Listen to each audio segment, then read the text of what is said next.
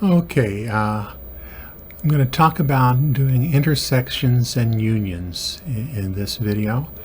And so I have a Jupyter notebook already opened up. I'm going to start out and import Pandas as PD. We'll be using it later. So I've got it imported.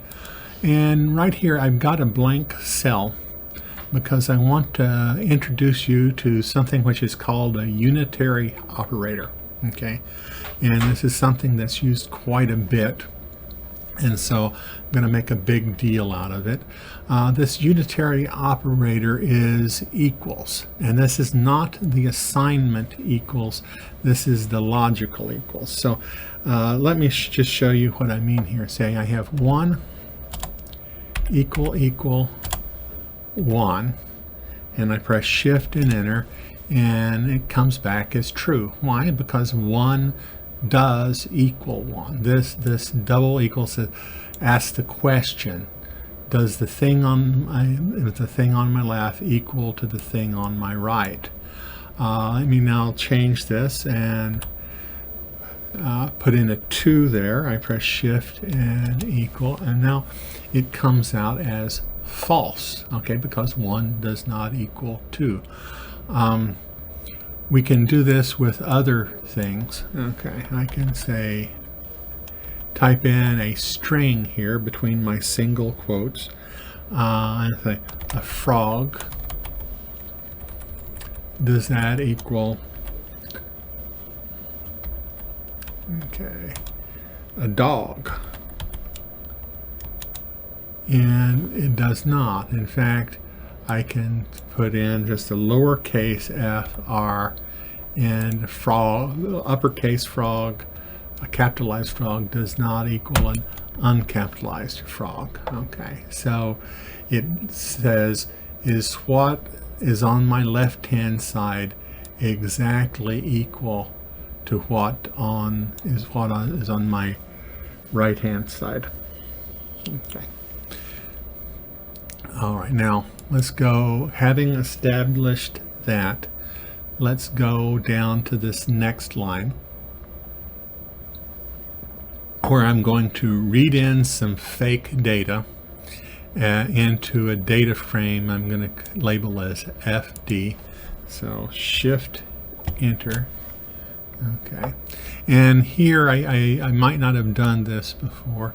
I guess I have a couple of things to talk about. One is this is coming in from a comma separated value file, a CSV. This is a text file in which we store information. You can open them typically with an Excel spreadsheet, but they're much more efficient than Excel spreadsheets. And when I saved this fake data, which I had generated the fake data, it went in with an index column, and so that index column was the column 0. Okay, so I have that. Now, what does this look like? Okay, well, I have here my data generated about people filling out a form.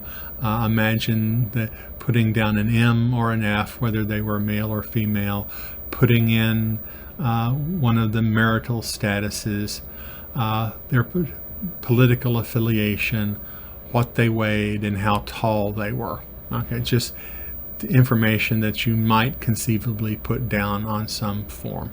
Okay, now what I want to do on this next one is I want to look at this, and I'm going to apply this equal operator. Okay, so I take my data frame of fake data, and I'm going to only look at the column marital status, and I've put the equal divorce there. Now I shift enter, and so what I have here, okay, out of these 200 data items, it has gone through every line, and it has created what's called a series. Okay, in this series it has asked the question, does this equal divorce, and has answered it either true or false. Okay.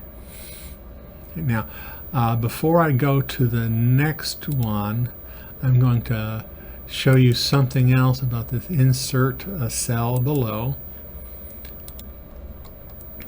and I'm going to call this, let's see, well, actually, let me just do something else here. I won't even have to use that inserted cell. I'll just type in SUM here, parenthesis, and then close parenthesis. So I've put this series that I generated within the sum function. Okay. Now I press Shift Enter, and okay, I get the number 42. You know, the meaning of the life, the universe, and everything.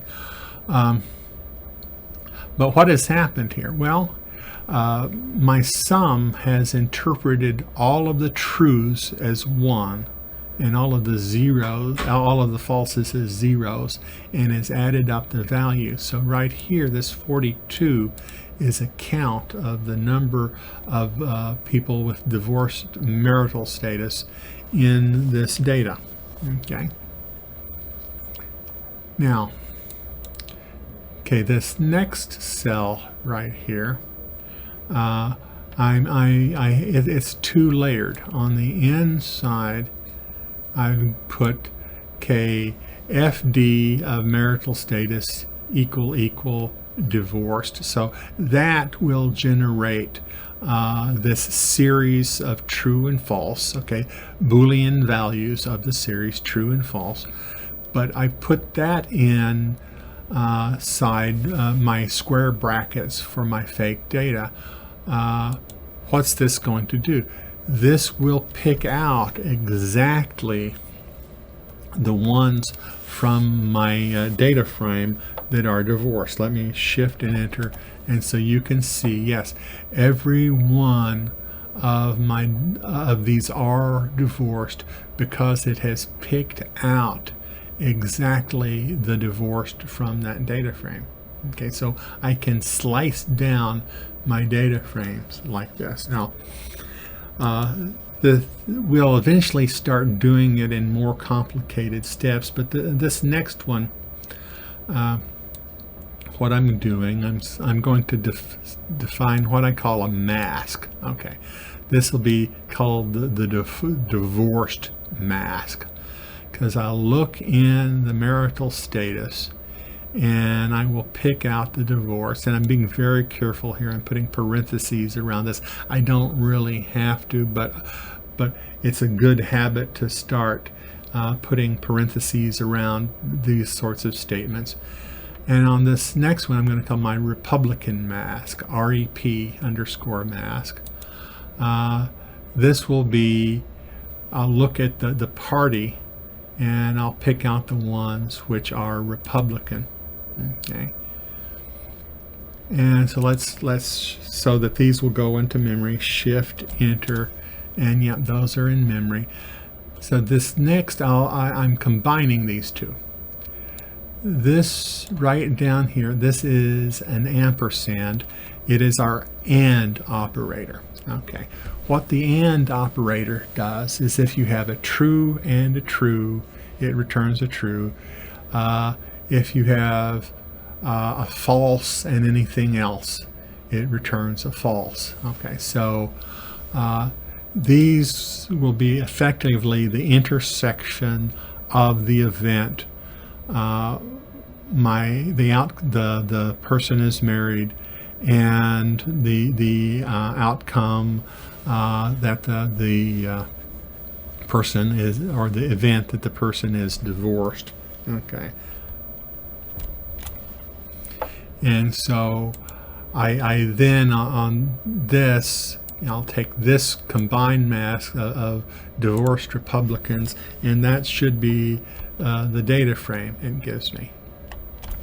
And here it is. Okay, I have divorced Republicans, and various different sexes. And now you can see here, if I wanted to only look at male divorced Republicans, I could define a mask to do that as well. Okay. Now here I've got something else. I've got my divorced mask and my Republican mask, but I put a different symbol between them. This vertical bar is the logical OR. It will look item by item and do a logical OR statement. So true or anything else is true, but false or false is false. Okay, so it's doing this all inside of my square brackets. I shift, I enter, and you see here I have if they're divorced or if they're Republican, they show up. Okay, so let's push a little further at the things we can do. If I want to know the number that are both divorced and Republican, okay, I can take the sum of that. And so there are 18 that are divorced and Republican. And if I look here, take the sum of the ones that are divorced or Republican, there are 109 of those. Okay. And so you can see how this might come in handy picking out things about your data frame.